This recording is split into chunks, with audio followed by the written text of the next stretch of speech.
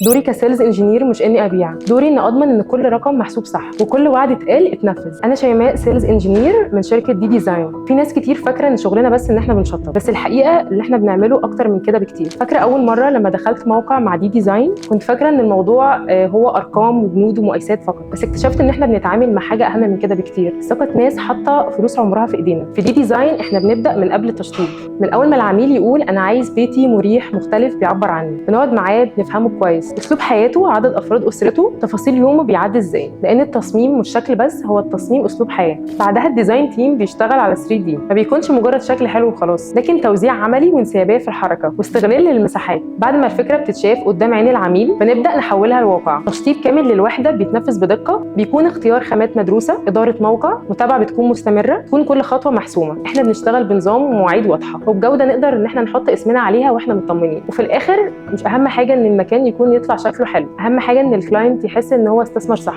وان كل تفصيله اتعملت عشان تخدمه هو. سهل تلاقي ده بس مش بالتفاصيل دي غير في دي ديزاين.